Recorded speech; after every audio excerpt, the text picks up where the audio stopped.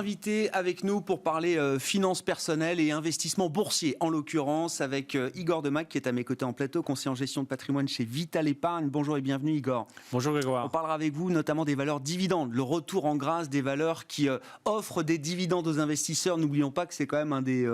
point clé de la performance boursière sur le long terme. Et voilà, donc on y reviendra avec vous avec quelques éléments théoriques et pratiques sur cette question du dividende. Et puis la bourse au sens large, on en parle aussi avec Charles-Henri Dovigny qui est avec nous en visioconférence. Bonjour et bienvenue Charles-Henri. Igor, un petit commentaire là, comment dire, le gouvernement, la politique française met à l'abri nos groupes de toute tentative d'OPA venue d'ailleurs aujourd'hui. Alors vous avez cité l'exemple de Carrefour, sachant que maintenant Carrefour fait un partenariat certes commercial avec Deliveroo. Oui. Donc bon, finalement les choses se passent un peu comme d'habitude. L'État français n'est pas le seul à protéger ses entreprises non plus. Aux États-Unis, c'est très très difficile de prendre la propriété d'une grande entreprise américaine. On avait eu, lorsque M. Macron était ministre de l'économie, un refus sur une opération de regroupement d'opérateurs télécoms. Alors certes, Orange est détenu en partie par l'État, mais là où je suis d'accord, c'est que si on bloque la liberté actionnariale de circulation des capitaux, et si on n'organise pas au sein de l'écosystème financier français, de l'épargne française, des investisseurs institutionnels et individuels qui sont capables d'investir dans les entreprises, on a le résultat aujourd'hui. Le CAC 40 est détenu en premier par des investisseurs norvégiens ou anglo-saxons, et l'investisseur français est en 3e, 4e, 5e ligne. Donc, au gré du temps, au bout de 30 ans, on a découragé une certaine forme de défense du patrimoine national financier, ce qui, à mon sens, est une erreur, puisque on est quand même toujours mieux quand on est aux manettes de nos entreprises. Et on le voit bien, ce qu'il s'agit des dividendes, de voter en AG. C'est vrai qu'il y a eu un trauma, à mon avis, un traumatisme lié à l'affaire ArcelorMittal, où effectivement on a laissé partir un fleuron de l'industrie, mais c'est aussi parce que on n'a pas su créer des noyaux d'investisseurs qui sont suffisamment solides pour dire non, nos entreprises, on les suit dans leur stratégie, elles nous versent de dividendes récurrents, elles nous ont fait plaisir, donc on ne va pas les confier au premier venu, entre guillemets. Dividendes, on va en parler dans un instant avec vous, Igor. Merci beaucoup, Charles-Henri. Merci d'avoir été avec nous à distance quelques minutes pour cette demi-heure d'émission. Charles-Henri Dovigny, le président de la Fédération des investisseurs individuels et des clubs d'investissement.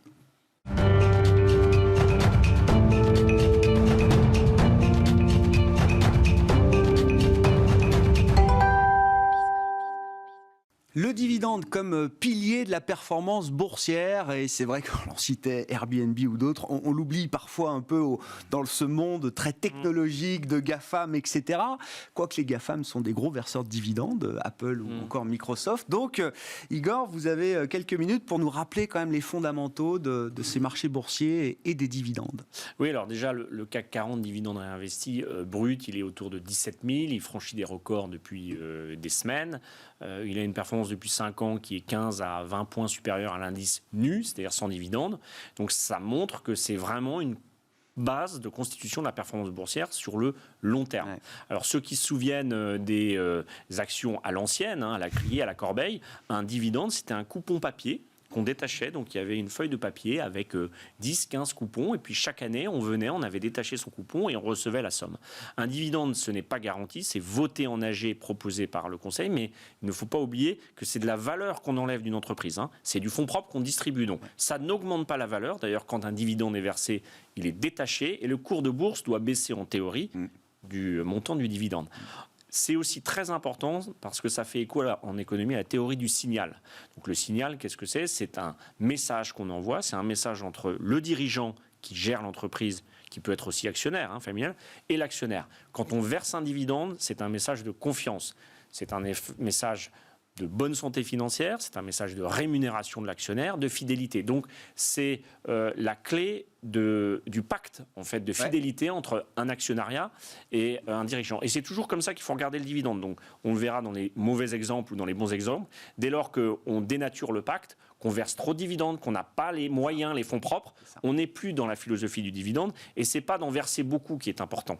C'est d'en verser régulièrement, de manière pérenne et sur la base d'un bilan bien financé, Oui, avec des cash flows opérationnels qui le permettent. À la mesure de ce que l'entreprise est capable de reverser à l'actionnaire sans détricoter le pacte qu'elle a avec l'ensemble de ses parties prenantes d'une certaine manière. La théorie du signal, c'est qu'un dirigeant dit « moi, je fais très bien mon travail, les fonds propres et les capitaux dans l'entreprise, je les rémunère à un certain niveau de rentabilité, de profit, mais je n'ai pas trouvé d'autres projet, donc il y a une partie que je vous rends parce que c'est pas à moi de faire la banque. Voilà. Et donc c'est pour ça qu'il ne faut pas trop en verser parce qu'on est toujours, normalement en tant qu'actionnaire, plutôt content que l'entreprise investisse dans des projets rentables. Bien sûr. Mais il y a des phases où les projets sont moins rentables et puis c'est surtout vraiment un actionnaire et surtout un actionnaire individuel très important de lui assurer un coupon. Et c'est d'autant plus important aujourd'hui que les taux sont bas et qu'il n'y a plus de manne obligataire. Donc le dividende sécurisé représente, et c'est pour ça qu'on construit des portefeuilles aujourd'hui sur cette thématique, mais vous ne verrez pas avec les plus gros dividendes, parce que ce n'est pas ça le sujet. Le sujet, c'est le bon dividende. C'est comme le sketch des inconnus, il y a le bon et le mauvais chasseur. Et la régularité, c'est ça qu'on recherche. La pérennité, donc on peut aller chercher du dividende chez LVMH, L'Oréal, mais pas pour avoir un grand rendement, mais pour être sûr que tous les ans, le bénéfice par action va monter et le dividende par action va monter. On peut aller chercher des plus gros coupons dividendaires chez des secteurs comme la distribution, le pétrole, ou les opérateurs téléphoniques, mais dans des conditions de financement qui sont viables. À quoi, alors concrètement, effectivement, à quoi il faut faire attention quand on veut orienter son portefeuille boursier sur cette question du dividende, le bon dividende, le mauvais dividende. Déjà, on ne paye pas tous les dividendes en cash, il y a des dividendes en actions. Et vous le dites, parfois le dividende très élevé, c'est le reflet aussi d'un déséquilibre dans l'entreprise. Oui. Alors, le premier faux ami, c'est le dividende très élevé, c'est-à-dire le rendement, rapport du dividende par action sur le cours, qui serait à 10-15%. J'ai en tête l'exemple de Solocal, alors que la société traversait une période très compliquée de changement de modèle économique, de pression sur les marges, et il était insoutenable. D'ailleurs, quand ils l'ont coupé, et en général, quand on est gérant, on dit aux entreprises, mais attendez, vous avez besoin de cet argent pour restructurer la société, coupez les dividendes et gardez cet argent. Donc ça, c'est le premier faux ami. Le deuxième faux ami, c'est les dividendes généreux pour rémunérer des structures qui se trouvent au-dessus des entreprises, donc des holdings familiales, je pense à Lagardère, qui ont eux-mêmes des plans de financement où il y a des remboursements et du paiement d'intérêts, ou des cascades de holdings. On l'a vu pour Casino, Rallye, où en fait on pompe l'actif réel pour pouvoir financer les structures qui ont permis d'acquérir ces biens. Donc ça, alors, on peut faire le passager clandestin, être là au bon moment, ce n'est pas pérenne. D'ailleurs, les deux exemples que je vous cite ne sont pas pérennes, et même Lagardère, vous voyez que parfois on s'aperçoit que ce n'est pas forcément sain dans certains modèles économiques. Donc il y a quelques règles. Le paiement en action est possible. C'est mieux en cash, mais on peut aussi avoir des actions et puis après les vendre. C'est vrai que Total, par exemple, à un moment l'a fait. Quand on traverse des périodes où on a besoin de reconstituer des fonds propres, on émet des nouvelles actions et on les donne. Bon, le principe, c'est quand même le plus en cash payé, le mieux c'est. C'est vrai. Les anglo-saxons aiment bien le rachat d'actions, qui fait partie d'une forme de retour à l'actionnaire, mais ça conduit à une attrition du flottant. Donc je pense que le dividende reste très clé, puis surtout nous en France avec le système de PFU à 30, il est plutôt avantageux pour l'actionnaire individuel. Bon, et donc alors les bons dividendes qu'on recherche, qu'est-ce qu'on regarde effectivement dans une entreprise qui verse des dividendes Alors déjà des cash flows qui permettent de couvrir au moins une fois, mais souvent beaucoup plus, le dividende par action, le bilan qui est sain, c'est-à-dire que quand je vous cite une société comme Bouygues, LVMH, L'Oréal, c'est des dettes nettes sur EBITDA, c'est-à-dire des leviers financiers qui sont entre 1 et 1,5. Donc vous n'avez pas de problématique de financement. Ce sont des sociétés bien notées, donc ce sont des formes d'actions souveraines, c'est-à-dire des sociétés qui vont pouvoir vous distribuer les dividendes. Et on cherche évidemment aussi parfois des dividendes un peu plus élevés. On parle de Total, on est à plus de 7% de rendement, même s'il peut y avoir une partie en action. On parle de Bouygues, où là il y a une logique très familiale. Il faut savoir que les entreprises familiales, c'est vrai qu'en général on dit qu'elles sont bien gérées, qu'il y a une logique patrimoniale, et donc quand on dit patrimonial, on dit dividendaire. Donc avec tous ces éléments, on peut citer la Française des Jeux, qui est bien sûr un cas où il y a de la croissance visible, il y a du cash, et donc il y a de la distribution possible. Et donc avec ces noms qui sont très éloigné en termes de rendement net. Quand on fait le rapport du dividende sur le cours entre LVMH et Total, il n'y a pas de comparaison. On est à 1,5% de rendement pour LVMH, L'Oréal, et à presque 7-8% pour les valeurs comme Total. Mais on a aussi dans ces sociétés des dividendes par action qui ont doublé depuis 2014-2015 sur les sociétés en croissance. Donc il faut construire des portefeuilles qui ont le dividende comme thème, mais avec les règles que je vous ai données, parce que les très hauts dividendes sont rarement payés sur le long terme. Et je reviens effectivement à l'histoire de début. C'est vrai que historiquement, la tech ne délivre pas de dividendes. C'est pas dans les modèles au début. Mais aujourd'hui, on avait vu avec l'étude je cherche le nom de la société de gestion, je ne retrouverai pas, c'est pas grave, mais étude mondiale sur les dividendes, les deux plus gros payeurs de dividendes au monde aujourd'hui, en masse, sont Apple et Microsoft.